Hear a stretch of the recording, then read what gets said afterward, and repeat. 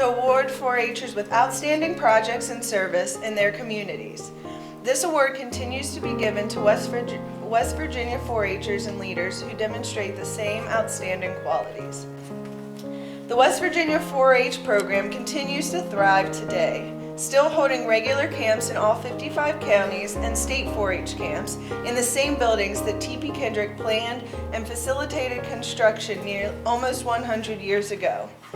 Although the 4-H program has changed over the years, incorporating more urban activities, international exchanges, and focusing on STEM education, it continues to have the core values of positive youth development. Kendrick changed the course of the West Virginia 4-H program with broad strokes because he believed that the program had so much more potential and he was willing to take the chances and try new ideas. I encourage you, like William Kendrick, to see the potential in programs, organizations, your jobs, and your neighbors. I encourage you to dream big and follow through even when the changes may take years to produce results. You may just end up changing the lives of thousands of West Virginians in the process and establishing a legacy that continues to grow, change, and affect. Thank you so much for having me. My name is Becca Finn Clark, and I am the 4-H Extension Agent in Monongalia County. I've been here for 8 years, and I knew that I wanted to be a 4-H agent since I was in the 6th grade. I went to camp in Preston County. I grew up in Aurora in Preston County in the 4-H program, and I remember when my 4-H agent came to a club visit, and I thought, what a cool job to go out to the clubs and to run camp in the summer. And so it's such an honor to be here in my home county now. My husband and my daughter and I live just right up the hill, actually. So what a beautiful service today, and what an honor to be here. Thank you so much for recognizing 4-H. It's the first time that I've ever been to a 4-H Sunday, although I know in other counties they do have them. So it was a really great service, so thank you. So like I said, growing up in 4-H, I know firsthand the important values and life skills that 4-H teaches in our communities, state, nation, and throughout the world. Although 4-H did start with emphasis on livestock, which is something that I have had to say many times, 4-H, you don't have to live on a farm to be in 4-H, we certainly have evolved over the years. So our 3 focus areas that we often teach on are healthy living, STEM, and citizenship. We go out into the community and teach a variety of programs. Our 2 superstar 4-Hers that are here, Hannah and Marina, I can say that they probably understand the values that they have learned through serving their community and doing community service within their clubs. That's always been a constant with our 4-H clubs. 4-H is the largest youth organization in the United States, and 1 in 4 youth in West Virginia have been involved in some 4-H program. So it is quite a large program. In Monongalia County, the program has steadily increased over the past several years, something that I'm very proud of. And last year we had 9,689 total youth take part in a 4-H program in the county. Yeah, so I'm very proud of it. And it's a lot of work. We go out into the schools and we do lots and lots of programs to reach kids with what we do. So last year we had 334 youth attend a 4-H camp in the county. Camping is one of our most well-known 4-H programs. That's something that we all enjoy doing very much. We have 3 camps in the summer in Monongalia County, an older camp, a younger camp, and a day camp. We have an Energy Express program in the summer. It's a literacy program for kids so they don't fall behind in their reading skills. So you may have heard of Energy Express before. This summer we have 3 sites in Monongalia County. And that's a great program. It's a 6-week summer program we run. And then the largest portion of our number is contributed to our in-school programming. So there's 5,097 youth last year that took part in a 4-H school enrichment or after-school program.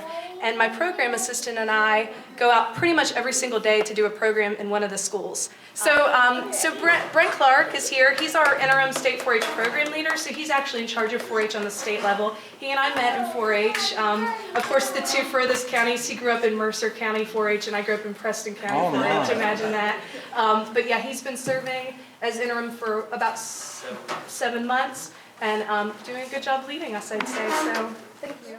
So I take the goat project and the cows and the rabbits, and Marina does goats, pigs, and rabbits. And we just spend all summer like just walking them and so they're not happy about it. We bath them to get them used to the water. The bath also keeps him a little cool, so we can walk him more. I don't know. We just love doing it year round to raise the animals. Got any questions? So, Yeah, and we also counsel the day camp during summers. how many animals do you have? Oh. Too many. Yeah.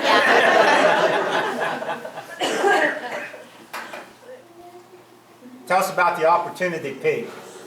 Oh, the Opportunity Pig, it stays at our place, and Southern States usually donates the feed for it, and then D&H donates the processing, and we take it to the fair, and we sell tickets for it all week, and that's,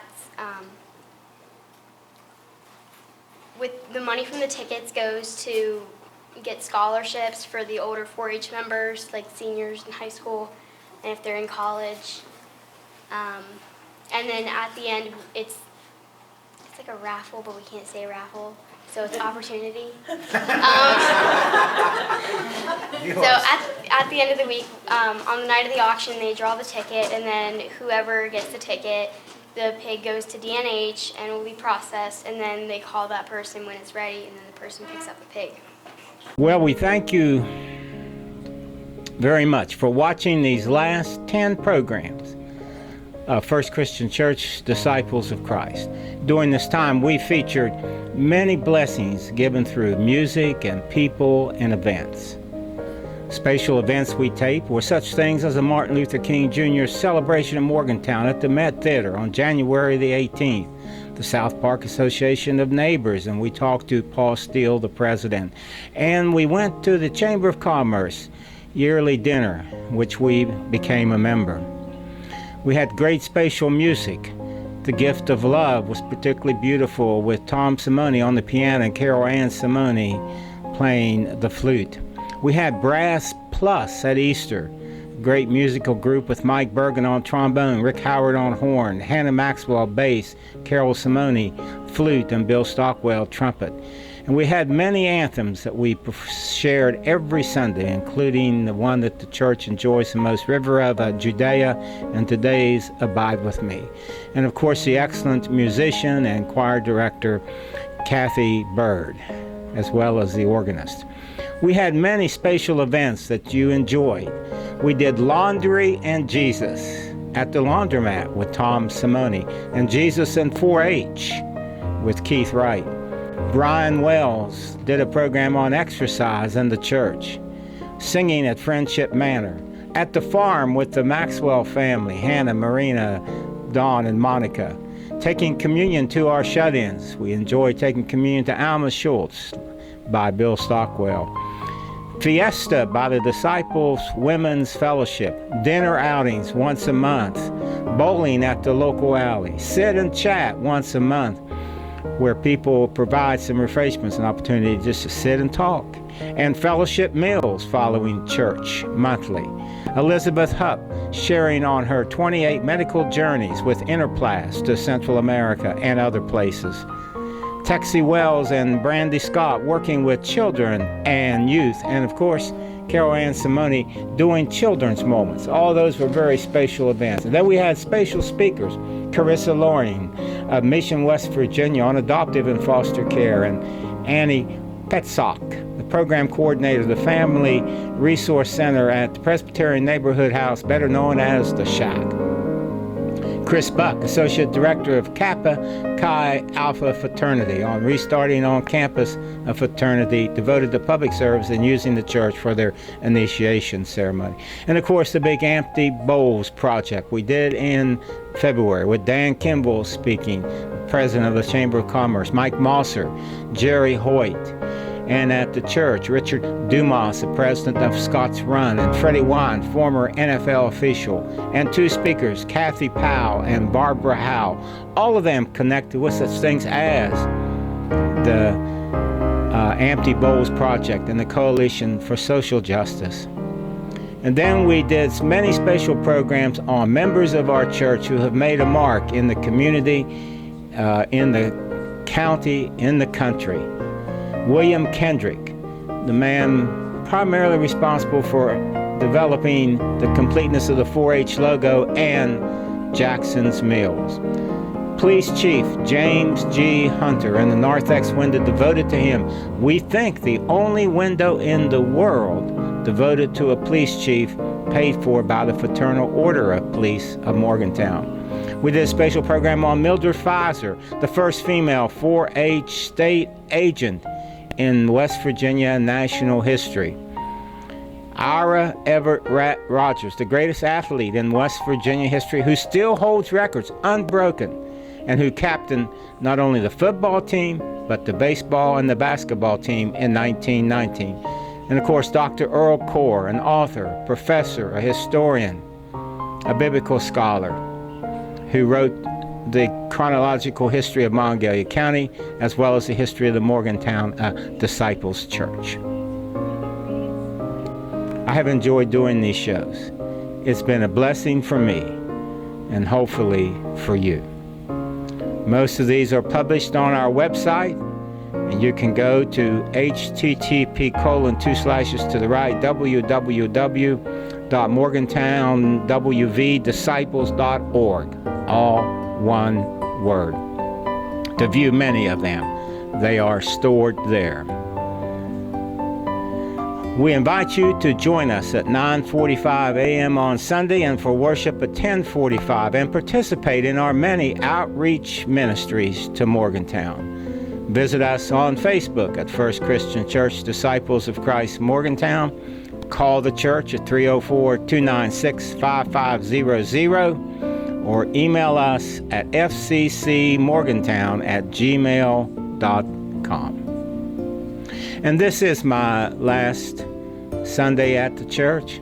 It's my last program here. And so I leave you with the words I've left with the other programs. So until we meet again, this is D.D. Mann saying so long, take care, and be a blessing.